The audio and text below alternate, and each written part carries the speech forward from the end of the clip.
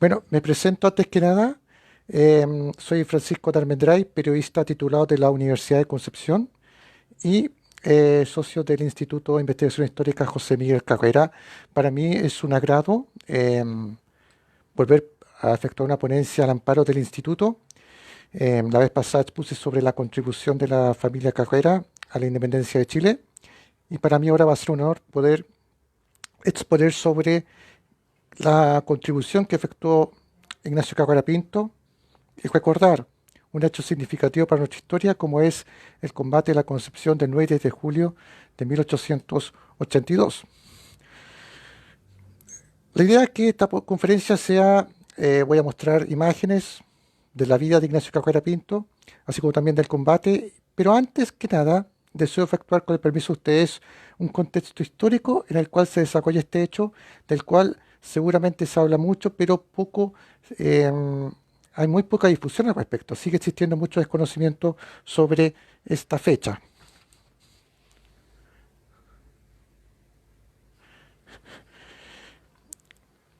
Es importante efectuar, como mencioné, un contexto en el cual se desarrolla el combate de la Concepción. Esto se desarrolla en el marco de las campañas terrestres de la Guerra del Pacífico, anterior a la ocupación de Lima. Hay que recordar que Lima fue ocupada por las fuerzas chilenas tras las victorias de Chorrillos y Miraflores, y por lo tanto, tras esta victoria de estos combates, se procede a la ocupación de la capital del Perú. Lo que ustedes ven acá es una fotografía, un daguerrotipo, mejor dicho, de la entrada de las fuerzas chilenas a la capital del Perú, ¿ya?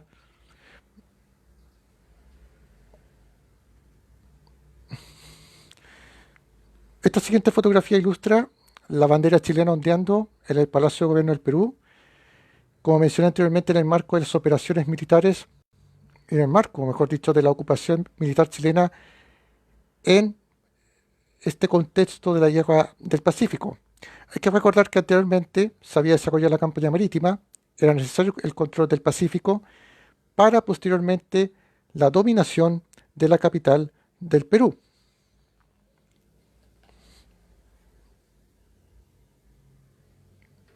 Lima queda bajo la administración del vicealmirante Patricio Lynch, quien vemos en la fotografía en este recuadro. No sé si pueden ver bien las imágenes, me gustaría saber eso. Bien. Patricio Lynch entonces fue el general en jefe del ejército de ocupación del Perú. ¿Ya?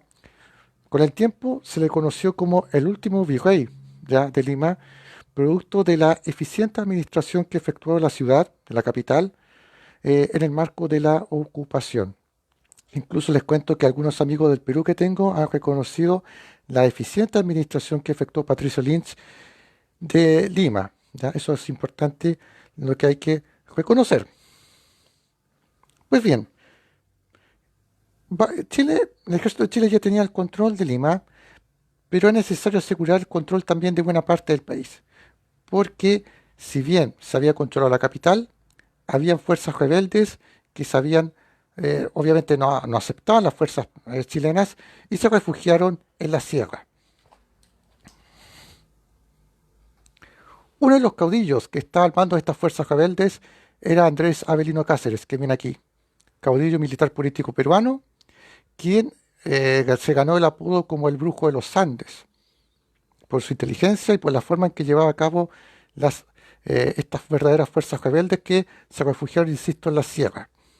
Era un peligro, por cierto, para las fuerzas chilenas que ocupaban Lima y por lo tanto Lynch ordena enviar sucesivas expediciones a la sierra peruana con el fin de neutralizar a estos fuerzas rebeldes que estaban en la sierra. ¿Ya? Bajo este contexto es lo que se da en el combate a la Concepción. Una de estas fuerzas chilenas, que era la cuarta compañía del Chacabuco, es la que ocupa el pueblo de Concepción. Para la historiografía nacional es la Concepción y se produce el combate que vamos a mencionar más adelante. A continuación quiero destacar,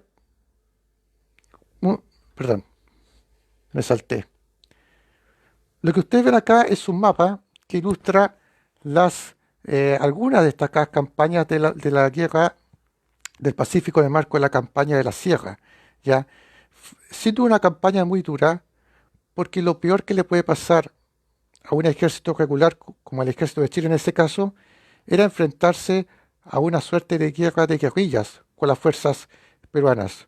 Muchas de estas fuerzas no eran un ejército regular, eran indígenas, en fin, eran fuerzas civiles, incluso caudillos, etcétera, que le ofrecían, como dije anteriormente, una suerte de guerra de guerrillas a las fuerzas chilenas, y eso es lo peor que le puede pasar a un ejército regular cualquiera. ¿Ya?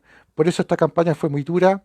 Además hay que considerar los factores climáticos, la geografía del lugar también, mucha montaña, temperaturas muy bajas en las noches, en el día ni hablar, etcétera, etcétera, lo que complicó, por cierto, el contexto en que se dio todo.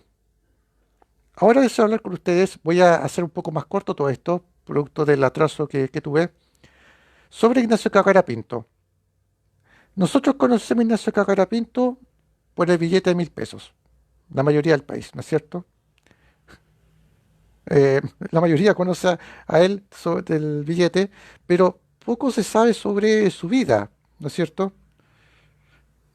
Em, bueno, como algunos saben, y si no, lo voy a contar con mucho gusto, Ignacio Carrera Pinto descendía de dos importantes próceres para nuestro país. José Miguel Carrera, prócer de la Independencia, que ya expuse de él en parte en una ponencia anterior para el instituto, y también fue hijo de José Miguel Carrera Fontecilla, la fotografía que está a la derecha de José Miguel. José Miguel Carrera Fontecilla, poco se habla de él, tuvo una destacada participación en el Chile decimonónico, Chile del siglo XIX estoy hablando. Él participó en las revoluciones liberales de 1859.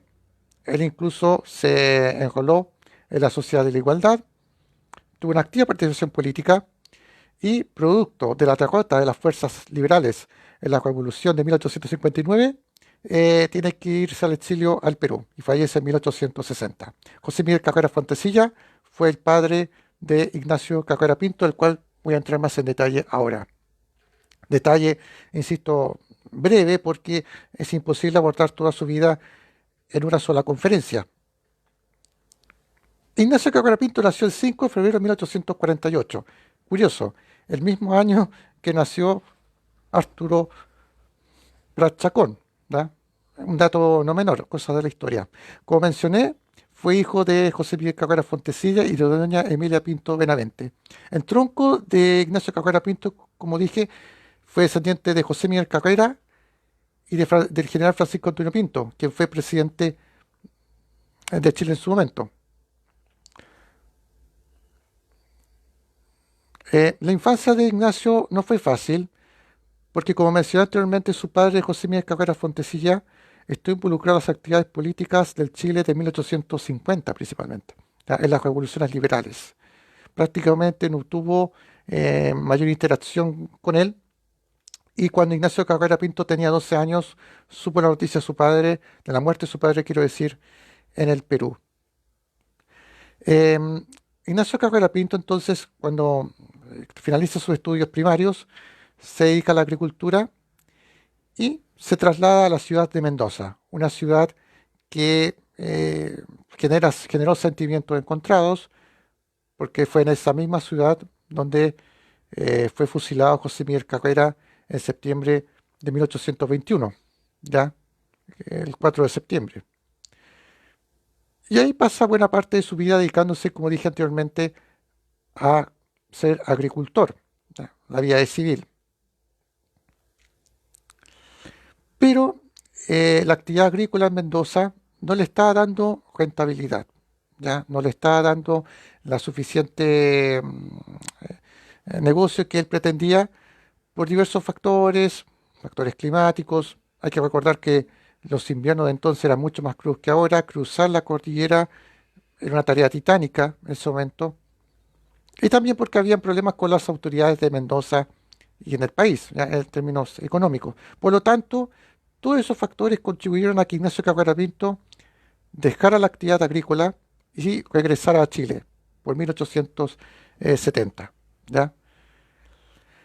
En 1871 llega a Santiago y lo recibe un antiguo amigo de su padre que era Benjamín Vicuña Maquena. Aquí vemos a Ignacio Cabrera Pinto y un amigo formando parte del Regimiento Esmeralda. Es importante destacar que Ignacio Cabrera Pinto se desempeña por aproximadamente casi 10 años en la actual Intendencia Metropolitana de Santiago. ¿Ya? Eso sería como el trabajo que él tendría. Benjamín Vicuña Maquena conoció a José Miguel Cabrera Fontecilla, su padre, eh, porque ambos militaban en la Sociedad de la Igualdad, ambos eran liberales.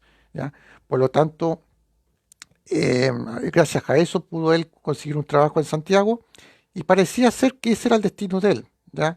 Él cumplía muy bien su labor, etcétera, etcétera, pero justo en 1879 estalla la Guerra del Pacífico. ¿Ya? Y Ignacio Cabrera Pinto, haciendo honor a sus antepasados, decide colarse en el ejército de Chile a los 31 años de edad. Se había enterado que se estaba creando el Regimiento Esmeralda, el cual está la fotografía que estamos viendo ahí, un daguerrotipo más exacto, ¿no? El Regimiento Esmeralda séptimo de línea, bajo las órdenes del coronel Santiago Amengual, y ingresa entonces con el grado de sargento.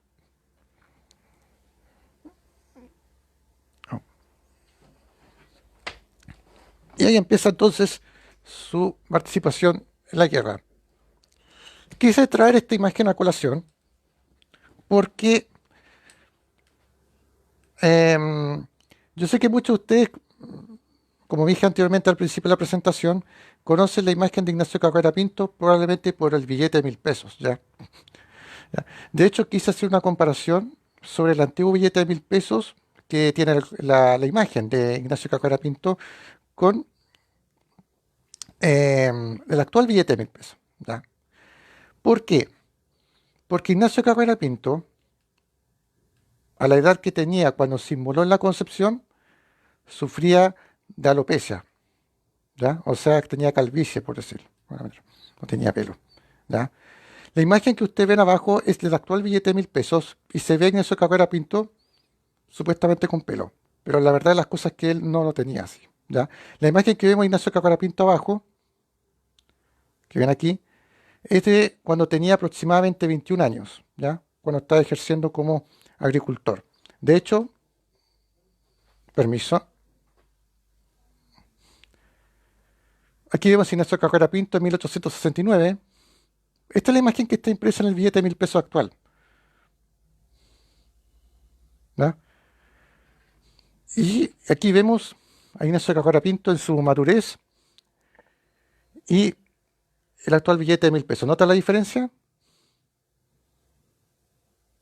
¿Ya? Es muy importante lo que estoy mencionando, puede parecer un detalle, pero muchas veces los billetes, no solamente en Chile, sino que en diversos estados, tratan de transmitir un mensaje del prócer o de la figura que tienen puesto ahí. Muchas veces alteran su rostro, muchas veces alteran su edad, por diversos fines, ¿ya? En este caso, por lo que entiendo, se trató de transmitir a un Ignacio Carrera joven, pero la verdad las cosas es que no se condice el uniforme que él tiene puesto del Chacabuco con la realidad, ¿me entienden? Se trató de transmitir una imagen mucho más joven que no es. Así era Ignacio Carrera Pinto en sus últimos años, en su madurez. Entonces, como mencioné anteriormente, Ignacio Carrera Pinto había ingresado al ejército, participó en las campañas de Tacna y Arica entre diciembre de 1879 a junio de 1880, quedando bajo las órdenes de Adolfo Halley. Luego participó en el desembarco del Puerto Hilo y avanzó a la batalla de Tacna el 26 de mayo de 1880. Por todo lo anterior fue ascendido a subteniente y en ese intertanto pide permiso para poder ver a su familia y al regresar a acción forma parte del batallón sexto de línea del Chacabuco, participando en las batallas de Chorrillos y Miraflores. Es aquí donde, sin pensarlo, Ignacio Carrera Pinto em, ingresa, ¿no es cierto?, a la inmortalidad. La imagen que ustedes ven acá es de una fotografía que tomé a la Compañía Histórica del Chacabuco, que desfiló en la parada militar de septiembre de 2018. Sí, está bien. Ya. ¿Por qué traje a colación esto? Bueno, porque por un lado para dar un contexto a lo que estamos hablando y para ilustrar cómo pudo haber sido el uniforme que ocuparon las tropas chilenas en la sierra, porque el ejército de Chile en la campaña de la sierra ocupó un uniforme muy diferente al que nosotros conocemos como el azul y rojo, ¿cierto?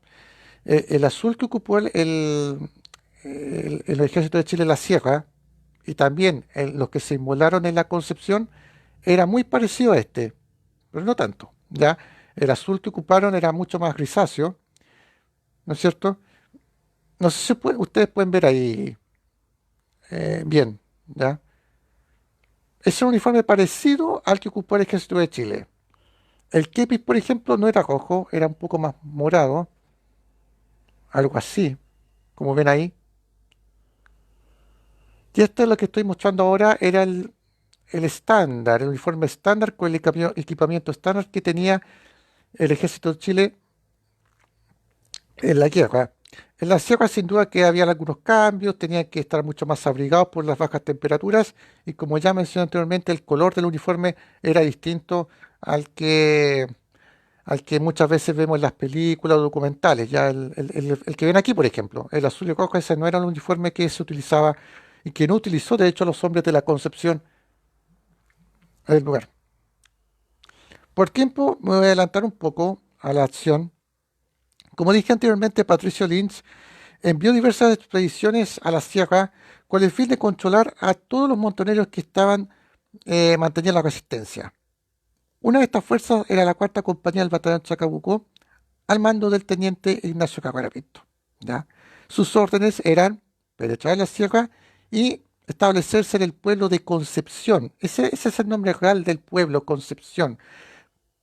Para la historiografía nacional es la Concepción. ¿Ya? Eso es importante destacar. Estoy haciendo un resumen por si acaso, no es algo detallado. Lo que ustedes ven acá son parte de los próceres que combatieron, de los héroes que combatieron en la Concepción. Aquí vemos a Luis Cruz Martínez, subteniente de la cuarta compañía del regimiento Chacabuco, al igual que Arturo Pérez Canto con el mismo grado. También hay que destacar a don Julio Montt Salamanca, que ocupaba el mismo grado en el batallón. Todos héroes de este enfrentamiento. Lo que ustedes ven acá ahora es la ubicación del pueblo Concepción en el Perú, en la sierra peruana, ¿ya? Esto es un pantallazo que efectué a Google Maps. Ustedes de hecho se pueden meter a Google Maps y pueden encontrar el, el pueblo ubicado en este sector, ¿ya? En plena sierra, consideran que el mes de julio, inviernos crudos, especialmente en las noches, por lo tanto, para muchos chilenos fue muy complejo poder combatir en esas condiciones. El terreno difícil, poder movilizar artillería, etcétera, era muy complejo. Me voy a adelantar un poco a los acontecimientos ya del 9 de julio de 1882.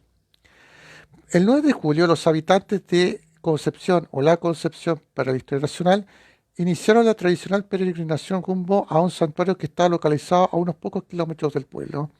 Y el pueblo quedó sin lugareños, solo a cargo de las fuerzas chilenas. 77 hombres estaban a cargo del pueblo. Estaban almorzando cuando a eso las 12:30 el centinela grita enemigo a la vista. Esta es una imagen que elaboró el ejército de Chile y que ilustra cómo puede haber sido esa situación. Es decir, el centinela avista enemigo. ¿Y quiénes eran los enemigos? Eran montoneros, indígenas y parte del ejército regular peruano que se estaba acercando a la Concepción. Ellos a cargo del coronel Juan Gastón. En total, aproximadamente las fuentes dicen que habrían sido 1.300 hombres. 1.300 de ellos contra 77 valerosos chilenos que estaban en ese lugar. La imagen que ustedes ven, como dije, es el momento en que las tropas se preparaban para el eventual enfrentamiento. Y al fondo, no sé si ustedes pueden ver bien, los montoneros y parte del ejército regular peruano bajando desde las montañas. Lo que ustedes ven acá ahora es un plano de Concepción. Este plano lo tomé del Google Maps, ¿ya? De las fotos satelitales que tiene Google Maps. No sé si ustedes pueden ver acá. hay un punto verde en el centro que indica la plaza principal de Concepción. Fue ese el epicentro del enfrentamiento y em, hacia el lado derecho, ojalá puedan ver bien, están las montañas, ¿no es cierto? Desde ese lugar descendieron las fuerzas, las columnas de las fuerzas del coronel Juan Gastó, ¿ya? Entre estas columnas se destaca el Pucará número 4 y Libreta de Ayacucho, al mando de Andrés Freire y Francisco Carvajal, quienes a su vez están apoyados por varios guerrilleros, por ejemplo se destaca Ambrosio Salazar también. Ese mismo día también se sumaron las guerrillas de Vilca y Pinchay al mando de los hermanos Salazar, la guerrilla San Jerónimo, en fin. Como dije anteriormente, aproximadamente 1.300 hombres iban a ocupar el pueblo que estaba custodiado por los 77 chilenos. Los chilenos se reunieron en la plaza principal para el eventual enfrentamiento. Este mapa lo voy a mostrar más adelante para contextualizar. El coronel de las fuerzas peruanas, Juan Gastó, le escribe al capitán Ignacio Carrera Pinto. Olvidé mencionar que Ignacio Carrera Pinto había sido ascendido a capitán, ¿ya? Pero él nunca llegará a recibir la notificación de aquello. Lamentablemente fallecería en el combate de la Concepción sin saberlo. Y le entrega la siguiente nota. Señor jefe de las fuerzas chilenas en ocupación, considerando que nuestras fuerzas que rodean Concepción son numéricamente superiores a las de su mando, y deseando evitar un enfrentamiento imposible de sostener por parte de ustedes, les intimo de poner las armas en forma incondicional, prometiéndole el respeto a la vida de sus oficiales y soldados. En caso negativa de parte de ustedes, las fuerzas bajo mi mando procederán con la mayor energía a cumplir con su deber. Dios guarde de usted. Juan Gastó. Bueno, el capitán Ignacio Carrera Pinto recibe esta misiva e inmediatamente le responde al coronel Gastó. Le dice, en la capital de Chile y en uno de sus principales paseos públicos existe inmortalizada en bronce la estatua del prócer de nuestra independencia, el general José Miguel Carrera, cuya misma sangre, creo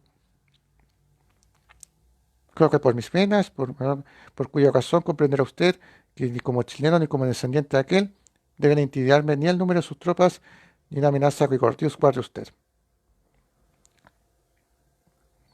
Entonces Ignacio Carrera Pinto da a entender que no se va a rendir y él estaba esperando que llegaran refuerzos de Estanislao del Canto, porque era parte del grueso de las fuerzas de Estanislao del Canto que ocupaban el lugar y la idea de Carrera Pinto con sus hombres era resistir lo más chido posible hasta la llegada de los refuerzos, ¿ya? Pero en ningún caso, ninguno de los hombres que componían la fuerza chilenas tenía la más mínima intención de rendirse.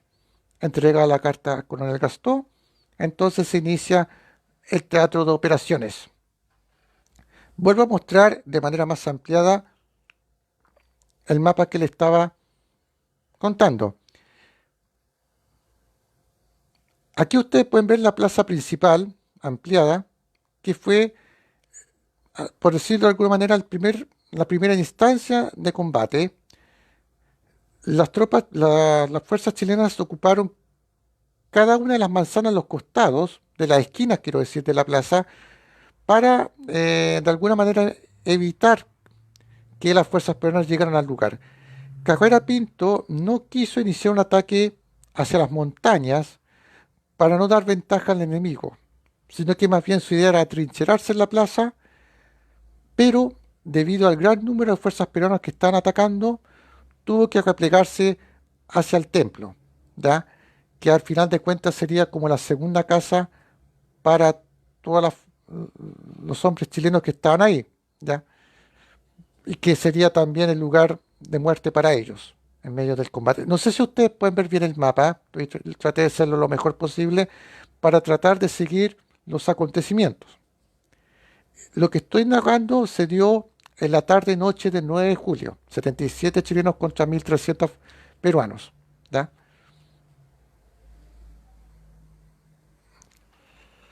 Así entonces se inicia el combate, como mencioné anteriormente,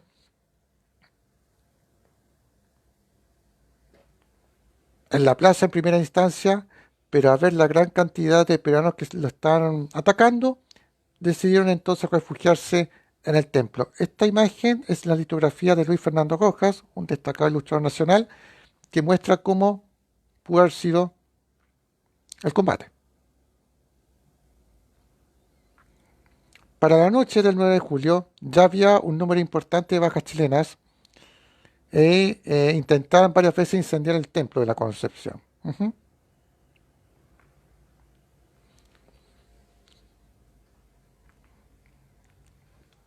La imagen que ustedes ven acá es una de las tantas alegorías que pude asistir sobre el combate de la Concepción. La situación es bastante dramática la noche del 9 de julio. Como ya mencioné, había ya un número importante de bajas chilenas, pero nadie se rendía. El aire era imposible respirar por la cantidad de humo que había, por el fuego cruzado que había por parte de las fuerzas peruanas que no dejaban descansar en ningún momento a las fuerzas chilenas, esperando los refuerzos del canto, y también producto del frío de la sierra. ¿Ya?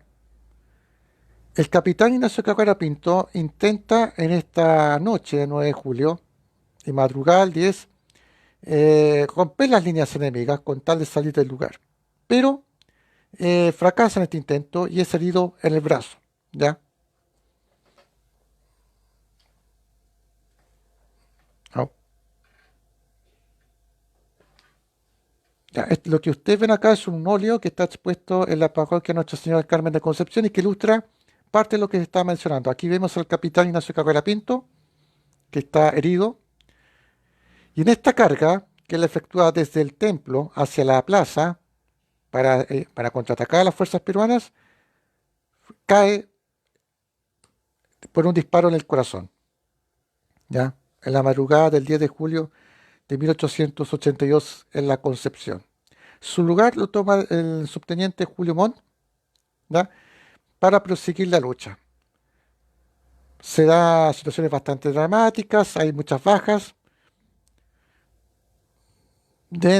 Para la madrugada ya prácticamente queda menos de la mitad por parte de las fuerzas chilenas y para más gravedad tratan de quemar la iglesia las fuerzas peruanas, ¿ya? En su mayoría, como dije, montoneros. Muchos de estos montoneros estaban poseídos por el opio, estaban drogados, ¿ya? Por lo tanto, estaban fuera de sí. La lucha llegó a niveles cavernarios y esta situación se dio hasta la mañana del 10 de julio. En la mañana del 10 de julio, 10 o 11 de la mañana aproximadamente, estoy tratando de ser lo más exacto posible, quedaban solamente el subteniente Luis Cruz Martínez y unos cuantos soldados chilenos. ¿Ya? Subteniente Luis Cruz Martínez, que tenía aproximadamente 16 años y esperaba regresar a Curicó para terminar sus estudios primarios. Se les ofreció rendirse, respetarle la vida, pero ellos rechazaron, manteniendo la promesa efectuada por el capitán Ignacio Carrera Pinto, y inician la última carga y fallecen en el acto. ¿Ya? Cabe destacar que el coronel Gastó había solicitado a las fuerzas peruanas respetar la vida de unas mujeres que se encontraban con las fuerzas chilenas, pero lamentablemente los montoneros no hacen caso de ello, todo lo contrario. Como dije anteriormente, muchos de ellos poseídos por el opio se ensañan con ellas, se ensañan con los heridos, se ensañan con los caídos incluso del combate, tanto así que hay testimonios que señalan, por ejemplo, de que algunos soldados chilenos que estaban muertos les cortan la cabeza y sus cabezas las colgaron en esta suerte de lanzas que tenían e iban con ellas celebrando por el opio, ¿ya? Están drogados, están fuera de sí, hay testimonios terribles al respecto. Ahora bien, yo estaba hablando recién sobre testimonios. ¿Cómo sabemos del combate? Bueno, a diferencia, por ejemplo, de lo que sucedió en el combate naval de Iquique el 21 de mayo, donde conocemos los testimonios de los sobrevivientes, porque muchos de ellos sobrevivieron al enfrentamiento naval, en el caso del combate en la Concepción sabemos por los extranjeros residentes e incluso por algunas fuentes peruanas, ¿ya? Que avalan lo que estaba mencionando anteriormente, ¿ya? Aquí, por ejemplo, hay un extracto de las memorias del coronel Juan Gastó que da cuenta un poco de lo que sucedió ese día. Extinguiéndose ya el día, comenzó a declinar también la refriega, pero el improvisado acueducto estaba ya completamente cercado. A pesar de todo, el enemigo continuó defendiéndose con inaudita fiereza hasta que la niebla y la oscuridad, comillas, tornó la brega en intermitente tiroteo. Ya si ambos adversarios se mantuvieron al acecho toda la noche, hasta que poco antes del amanecer del 10 de julio los guerrilleros le dieron un furioso asalto del cual no se salvó ni uno de los 76 hombres que componían el destacamento enemigo. Es importante el testimonio de él porque avala lo sucedido. También hay la prensa en la época que era bastante nutrida, que seguía día a día los actos de guerra que estaban sucediendo. Este del Eco de Junín, este extracto es parte de una investigación que efectuó Eduardo Acajaro, que es licenciado en Historia de la Pontificia Universidad Católica y miembro de la Academia de Historia Militar. Señala que según la disposición del general en jefe, el coronel Gastón, comandante en jefe de la división de vanguardia, atacó en la tarde del mismo día 9 a la guarnición de la ciudad de Concepción, a la misma que sucumbió por completo sin que se salvase ningún jefe oficial ni soldado. La guarnición de Concepción constaba de 100 hombres, al mando del comandante Cacara Pinto, sobrino de Aníbal Pinto, expresidente de Chile. Este jefe murió heroicamente defendiendo el puesto que le había sido confiado, dando ejemplo de valor a sus subalternos, que se batieron hasta el último momento, haciendo frente a nuestros soldados que competían a arrojo y decisión con enemigos dispuestos a vender cara a sus vidas. Peruanos y chilenos lucharon con denuedo y encarnizamiento. ¿Ya? Este es otro testimonio de lo que fue el combate.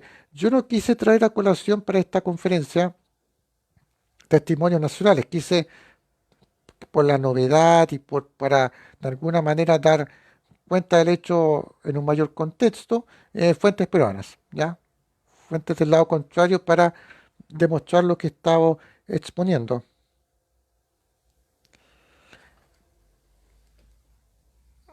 Bueno, Estanislao del Canto llegó el 10 de julio con los refuerzos que tanto estaban esperando los chilenos de la Concepción.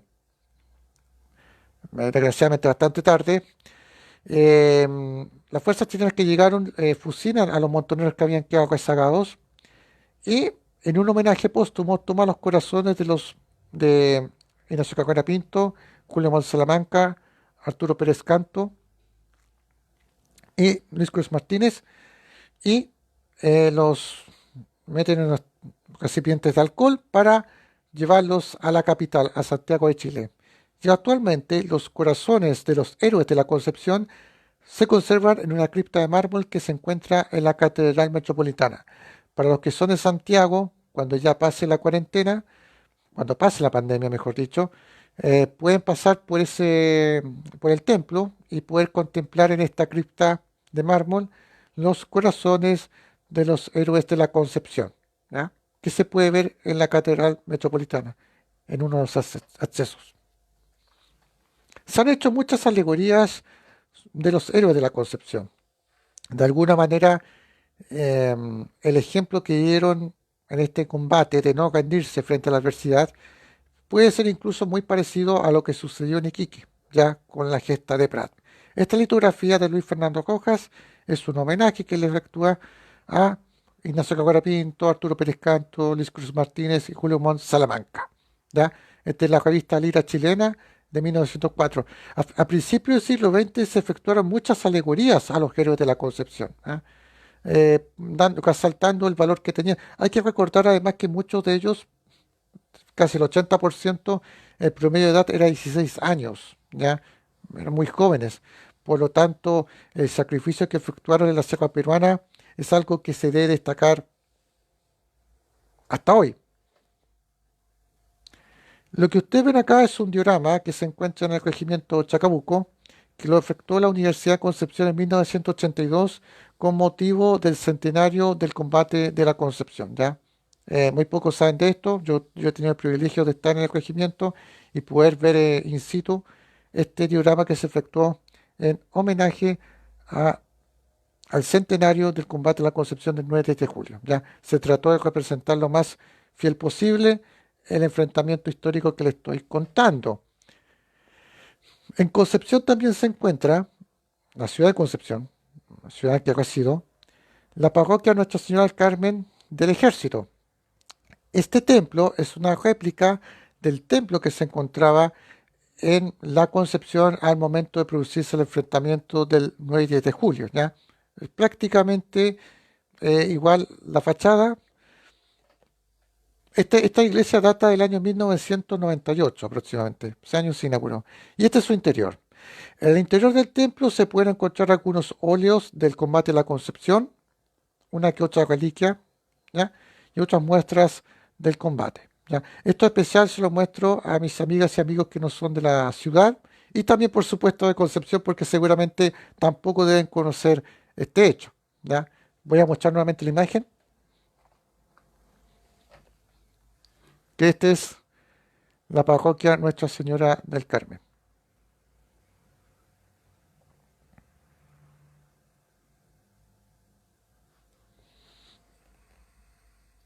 Y en el presente, esta imagen de Google Maps, se encuentra la iglesia de la Concepción en la actualidad, ¿no? Esta es la iglesia donde las fuerzas chilenas se tuvieron que refugiar en el medio del combate del 9 y 10 de julio de 1882. Yo ahora estoy tratando de estar atento de los comentarios que están efectuando. Em, Lamentablemente, como dije anteriormente, tuve unos problemas técnicos para empezar. Voy a contestar algunos.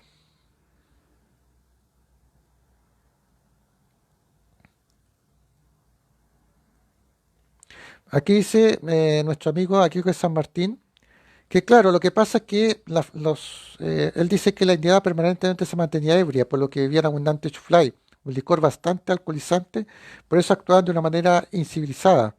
Claro, eso también es lo que contribuyó ese día, ¿me entiendes? Además del opio, ¿ya? Se drogaban mucho. Entonces, por eso cometieron atrocidades cuando terminó los enfrentamientos. Quiero agradecer a quienes están viendo esta transmisión.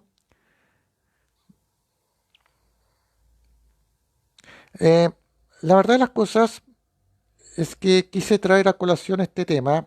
Quiero reiterar mis agradecimientos al instituto, a su presidenta, señora Ana María Reid, a los socios y a quienes permiten que esté en vivo, porque lamentablemente, como está pasando mucho en estas fechas, se está olvidando aquello, ¿verdad? Como por ejemplo lo que pasó el 21 de mayo, ahora el 9 de julio, son fechas emblemáticas para nuestro país, porque en el caso del combate de la Concepción, fueron 77 chilenos que dieron su vida a la sierra peruana, ¿ya? Muchos de ellos, como mencioné, jóvenes, personas niños prácticamente, que tenían toda una vida por delante, pero que no se rindieron, defendieron nuestra bandera hasta el final y que de alguna manera son un ejemplo en la lucha contra la adversidad. Reitero lo que dije antes, puede ser un símil, de hecho, con lo que sucedió en Iquique, que a pesar que el adversario, el enemigo, era infinitamente superior en número, no se rindieron, no se rindieron, todo lo contrario, hasta el último hombre cargó la bayoneta y lucharon hasta el final. Creo que esa es la mejor lección que nos deja lo sucedido el 9 de julio, y producto de lo anterior, cada 9 de julio se conmemora, se realiza el acto del día de juramento a la bandera, ¿ya? Que se realiza desde el año 1939. Esta fotografía la tomé de la ceremonia que se efectuó hace un par de años en la Plaza Independencia de Concepción, ¿ya?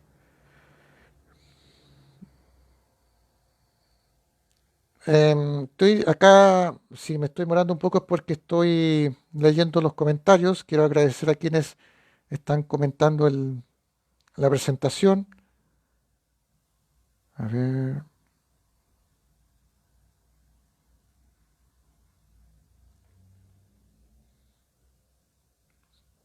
Había una mujer embarazada, de hecho dio a luz en medio del combate, pero como están comentando acá y olvidé decirlo por tiempo, ella lamentablemente es masacrada junto al bebé por parte em, de los indios que están ahí en el combate. Bueno, lamentablemente tuve que hacer una presentación mucho más corta por los problemas técnicos que tuve. De hecho, ya estoy prácticamente a 4 minutos del tiempo reglamentario. Pero como dije anteriormente, me gustaría compartir con ustedes esta reflexión que les estaba contando de que es necesario recordar los sucesos del 9 de julio.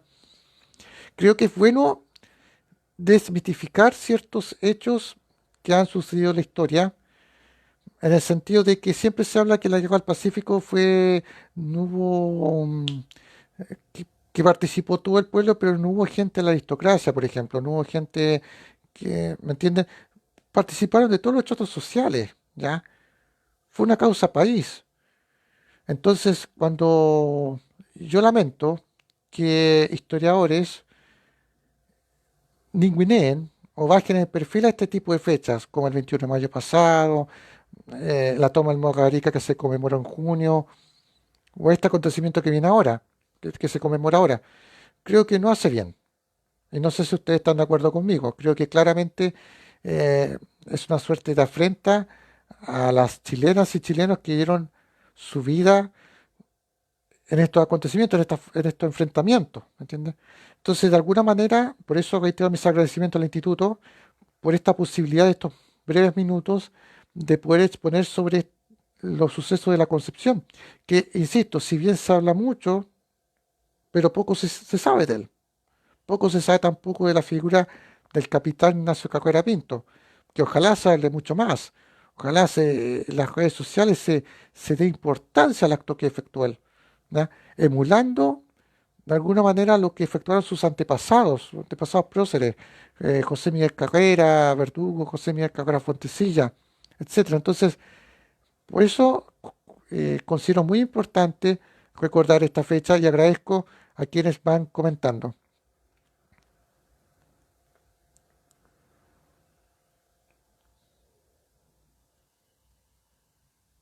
Parece que estamos en la hora.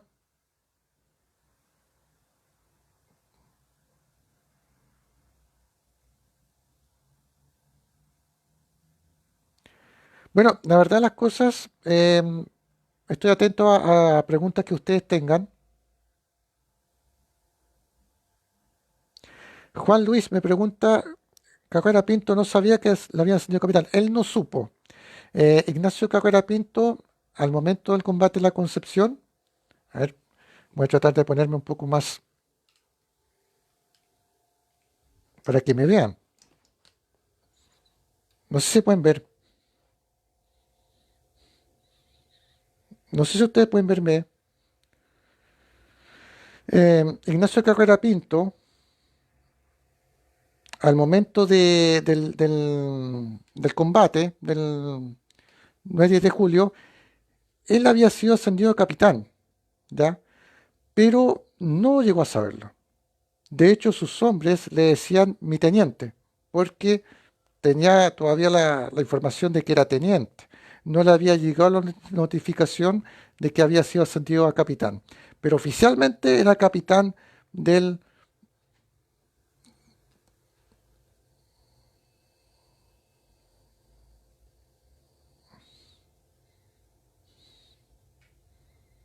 Estoy leyendo acá más comentarios.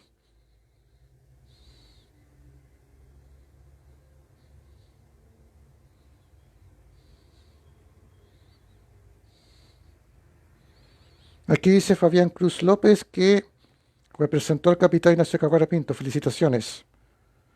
A ver,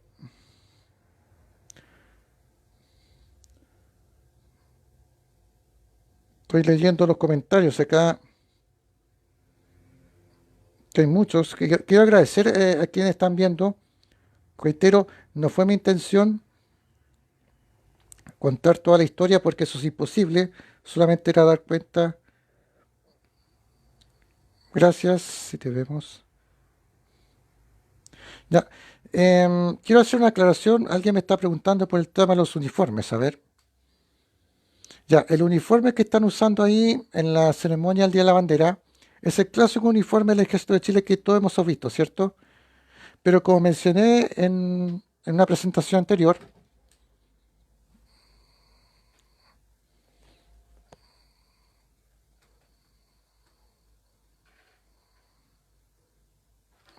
este habría sido un uniforme parecido al que ocuparon en el combate de la Concepción, ¿ya? Parecido. Eso sí, el azul era más grisáceo, ¿ya? No como el que se ve ahí. Pero esa habría sido la tonalidad del uniforme que ocuparon las tropas chilenas en la Concepción y también en las campañas de la Sierra. ¿Perfecto? Vamos a ver si hay más comentarios.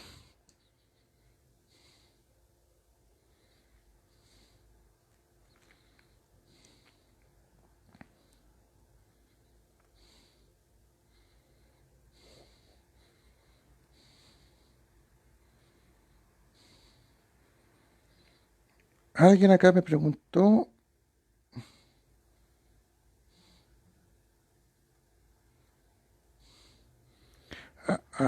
Del billete. Alguien, no sé, que alguien parece que me preguntó algo del billete. A ver,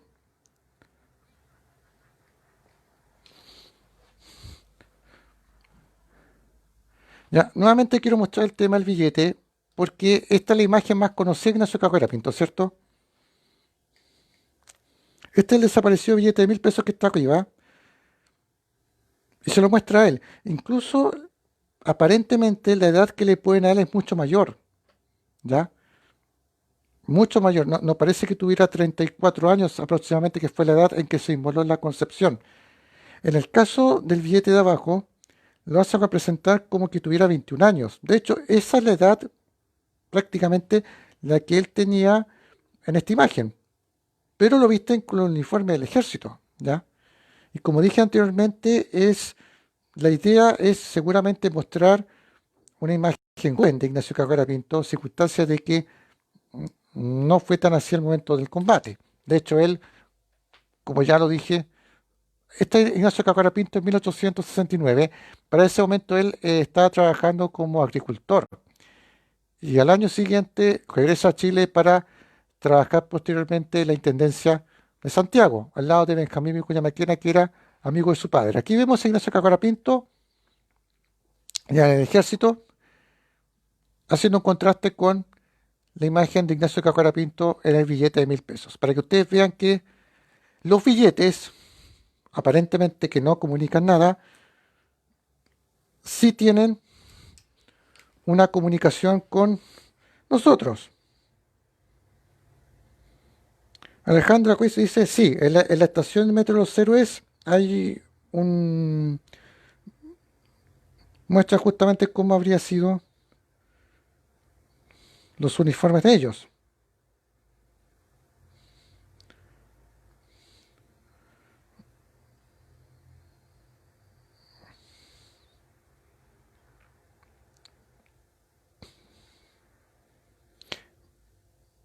Yo dije en los comentarios de que lamento que...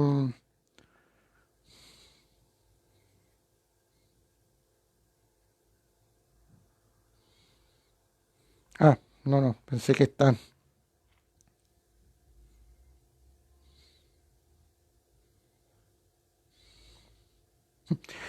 Yo no sé qué piensan ustedes de que hay algunos historiadores que, más allá que le guste o no le guste investigar sobre lo que estaba comentando, ninguneen o no valoren este tipo de acontecimientos, ¿ya? A propósito de lo que viene ahora del combate de la Concepción. Me preocupa mucho este tema porque lamentablemente hay muchos próceres, José Miguel Carrera, o en el caso ahora de Ignacio Carrera Pinto, no tengan el realce suficiente para ser recordados. En especial, traigo a colación el caso de Carrera Pinto y de todos los muchachos que simularon en la Concepción. No sé qué les parece a ustedes ello.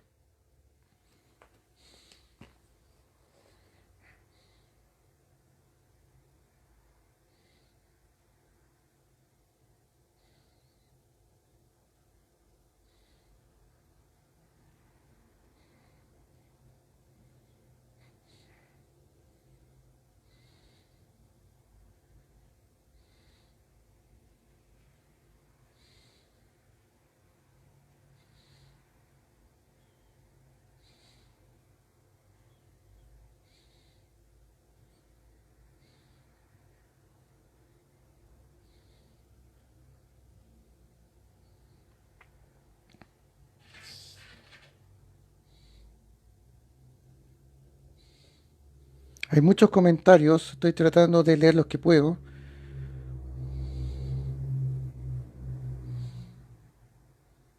pero...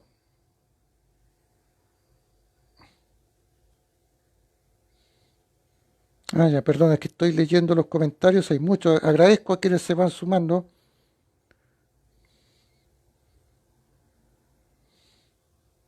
Claro, como dice Liliana, hay acontecimientos que no se pueden cambiar.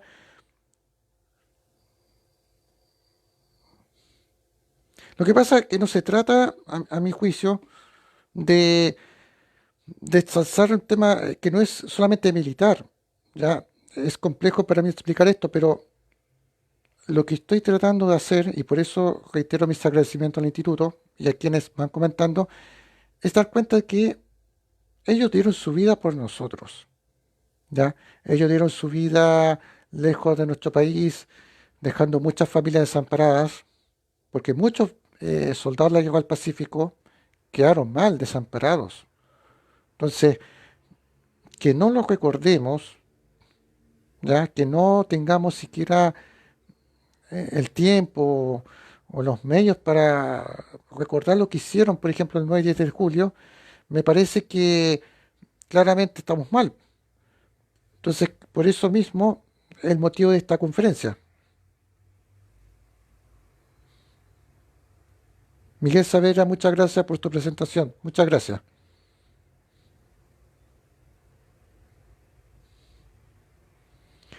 Claro, aquí están comentando un poco de la no rendición de Carrera. Él tenía claro aquello, ya Ignacio Carrera Pinto tenía claro que no había que rendirse. Y sus hombres, que como vuelvo a confirmar, promedio de edad 16 años, 17, menos incluso, tampoco lo hicieron. ¿Ya? Vuelvo a hacer el símil con lo que sucedió en Iquique, ¿ya? En el sentido de que en Iquique pasó algo parecido, ¿verdad? Prat hace la arenga de no rendirse frente a al enemigo que era el Huáscar, y ninguno de sus hombres lo hace, luchan hasta el final. En el caso de la Concepción es prácticamente lo mismo. Por eso creo que de manera constante hay que recordar estos acontecimientos, más en estos momentos complejos que estamos viviendo como país, ya el tema de la pandemia. ¿Ya? Cada día hay que librar una batalla, cada día hay que librar un combate, y no hay que rendirse ante la adversidad, no hay que rendirse. ¿Ya? Ese es el tema. Y creo que es la gran lección que nos dejan ellos a propósito de estos sucesos.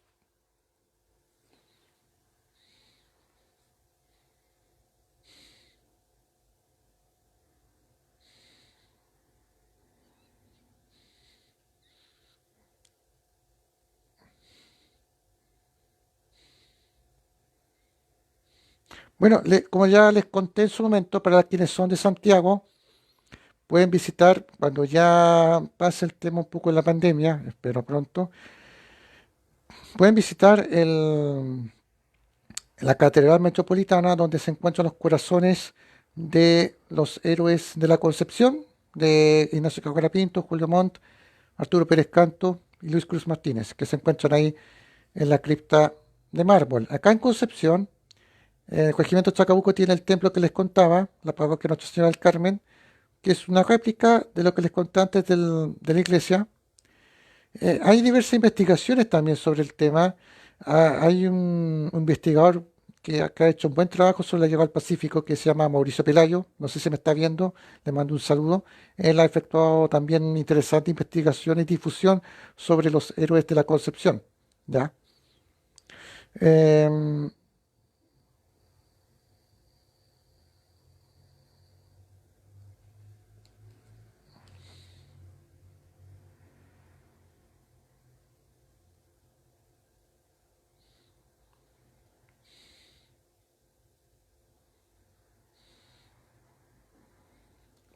Osvaldo me dice que en el Bandejón de la Alameda, cerca de los héroes, hay un monumento sobre los héroes de la Concepción.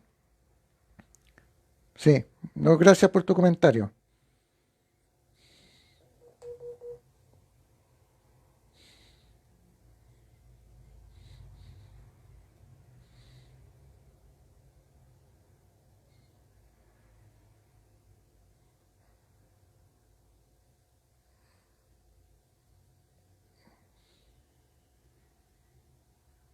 Estoy revisando comentarios.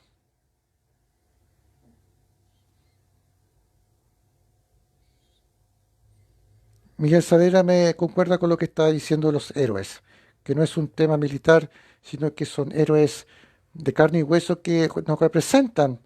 Fueron personas como ustedes o como yo que pelearon por nuestro país.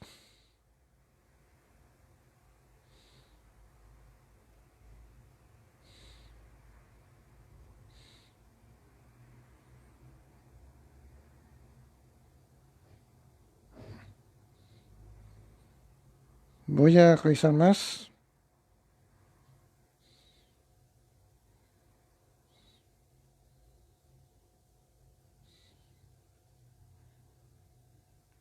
Bueno, quiero agradecer a todas las felicitaciones, estos comentarios, esta conversación improvisada que se está armando.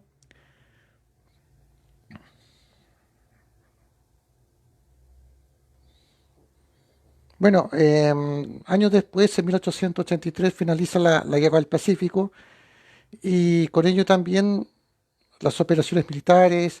Muchos chilenos regresan a nuestro país, como dije, muchos de ellos veteranos que lamentablemente no reciben eh, el agradecimiento, no reciben la gratitud que merecían por la actuación que tuvieron. Así que en ese sentido, eso también fue un motivo más para efectuar esta presentación y conocer un poco más sobre la vida de Ignacio Carrera Pinto. La diferencia que tuvo Ignacio Carrera Pinto con sus antepasados, se podría decir que él se dedicó a la agricultura, ¿ya? Hay un poco de diferencia con José Miguel Carrera, su abuelo, ¿ya? De hecho, Javiera Carrera, cuando estaba con Ignacio Carrera Pinto, decían en más de alguna ocasión de que el rostro de Ignacio Carrera Pinto, este de aquí, a ver, este, Ignacio Carrera Pinto, el rostro de él era muy parecido al de José Miguel, decía, muy parecido al de su hermano, ¿ya? No sé qué les parece, ¿ya? Era quizás el rostro más conocido, más parecido al que tenía con José Miguel.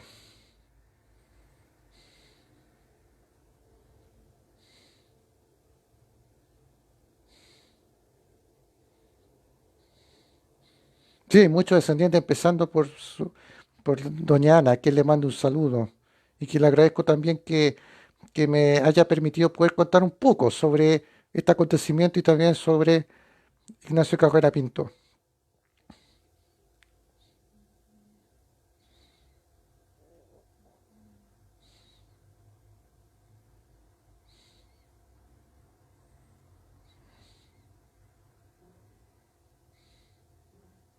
Muchos descendientes, empezando por doña Ana, a quien le mando un saludo y que le agradezco también.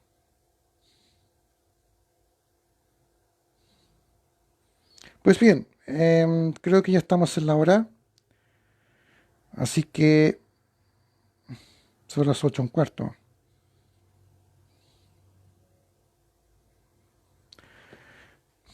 Bueno, quiero, pues sacando ya la exposición, tuve un problema técnico, mejor dicho, así que pido la disculpa al caso del inicio de esta conferencia. Quiero en primer lugar reiterar mis agradecimientos al Instituto de Investigación Histórica José Miguel Carrera Verdugo, a su presidenta Ana María Reid, a quien le mando un afectuoso saludo, a todo el equipo del instituto, pero en especial también a ustedes que se conectaron a esta transmisión en vivo, que se dieran un tiempo para conocer un poco más sobre la figura de Ignacio Carrera Pinto y también sobre el combate de la Concepción, ¿ya? Que se conmemora la próxima semana. Es importante conocer de este hecho. Hay algunas fuentes en internet, hay documentales, incluso videos que ilustran este hecho. Así que los invito a em, conocer un poco más sobre este tema. Marcelo Fuentes comenta así, el regimiento Chacabuco, como ya les conté, tiene la compañía histórica que rememora, ¿no es cierto?, las glorias de los sucesos de la Concepción. Marcelo, un saludo, si me estás viendo por ahí. Y por ende, doy por terminada esta conferencia en línea. Reitero mis agradecimientos y nos vemos en otra oportunidad. Muchas gracias.